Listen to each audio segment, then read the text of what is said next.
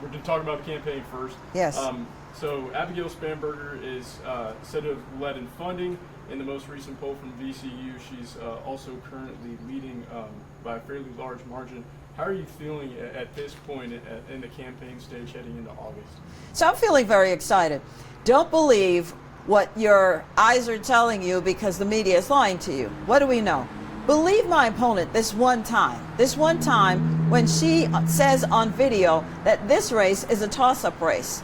And it's because her internal polls are showing her the same thing ours is, in that we're in margin of error. It's neck and neck. So you're hearing people tell you, and the media, that, well, this is, I'm 10 points down. I am not. And she knows that to be true, which is why you see they're scrambling. So the next thing also is that the media has said, most of the writing, the print media has said, that I have only raised $2 million. That's also not true. In this past quarter, I have raised $6 million, just under $6 million. Why would they lie like that when they know that it's verifiable? And in fact, I have raised more money than any Republican ever has in the second quarter of their campaign. And by the way, I have raised more money than any Republican in the first quarter, starting January. So listen, folks, we're going to win this because we have the common sense ideas. And I'm talking about, we're not going to destroy your business or your industry, because my opponent will do that when she regulates you to death. We've gotten rid of over 89,000 pieces of regulation. When she taxes you, we're not going to tax you. In fact, we've given you back over $9 billion of your own money. And that's surplus after surplus. We've been fully funding mental health, which was in dire need, and I know a little something about that, having experienced that in my family. We're not going to destroy your energy prospects. It's whatever you want for energy: clean coal, oil, nuclear, natural gas, all of that. And you mentioned coal a little bit, and that was my second question. We're in Southwest Virginia, big coal mining region.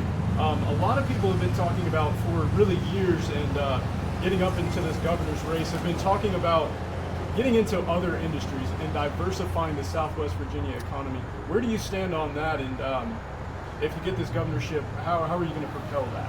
So I'm going to win the governorship because, again, we have the common sense ideas that will continue to propel Virginia forward.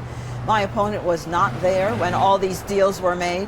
You just saw AstraZeneca is coming to Virginia, and that's because they see a certainty in our policies which will not drive businesses away. I'm talking about, we have had mega site pads here in the Southwest. We are bringing a study to consider the feasibility of small nuclear reactors here through WISE. So it's the micronuclear reactor possibility. We have put money into our community colleges, which will help build our workforce. We're doing so very much. And by the way, I promise, in the Southwest, I'm going to put a governor's office. A governor's office, because I believe you have to be among the people. And I think that will alleviate some of the times that Southwest Virginians think that we don't see them, because we're separated by a mountain. I don't ever want that to be the case. So I'll be working out of the Southwest.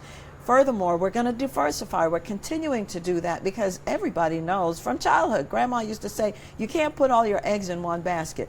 We know that to be true. Now, my opponent, she's going to destroy the right to work, which means that if you're going to be forced, if you're going to take this job to join a union, you're going to be forced to if you're going to keep the job, to pay union dues every single paycheck. That's not going to be helpful, for example, to our farmers who are already suffering. It's not going to be helpful to our small business owners. It's not going to be helpful anywhere, and it's going to drive businesses away. That's what I mean when I say I believe she's the angel of destruction. All right. Last thing I've got, along the campaign trail, have you heard any, have you got any new ideas for policies along the campaign trail over these past weeks? Well, absolutely. So my objective is always to get rid of barriers to employment, barriers to education, barriers to whatever it is that will propel a life forward. And so one of the things I want to do is we're going to get rid of the car tax. It is time. It has long been time. My opponent says she wants to do the same thing, but guess what? Her side of the political aisle doesn't want that. So I don't know how she's going to get that, because we actually put in the budget this year to get rid of it. We could have gotten rid of it, but the Democrats took it out. That was a compromise. Not on my watch. We're going to go through with it. That'll help, again, our embattled farmers, because it's going to apply not just to personal vehicles, but it's going to apply to commercial vehicles. So we're building business. Then I want to get rid of the tax. I like to call it sort of a baby tax, and it's tax on baby items. I'm talking about, well, you know, we got rid of the tax, the state portion of the tax on food. So that would have helped formulas and just regular folks on whatever they're buying. I want to get rid of it on baby items like clothing, like strollers. Now, look, if you're buying the $60,000 stroller, it's not going to apply to you. But, you know, within reason, we're going to talk about education possibilities, and that means an all of the above approach. Some of our children are stuck in failing schools, and I want what the parents want. I want parents to make the decision on where to send their children to school, whether you want to homeschool, if it's public school, private school, parochial school, a hybrid, whatever it is. I want you to have that opportunity. We're not going to get rid of the future opportunities for children. And finally, because we could talk more, I think we can stop here with this. I am not going to destroy our girl children, because that would mean with my opponent, she is going to force girls to undress in the same locker room as biological men. And we're going to make sure that girls have every opportunity, not destroyed opportunities, because we don't want biological men in girls' sports. So I didn't break the glass ceiling to become lieutenant governor to repair it behind me. My opponent will do that. We cannot operate in a destructive environment. That is what she brings. Thank you. Thank you so All much. right. Here, let's grab the microphone. Oh, yes.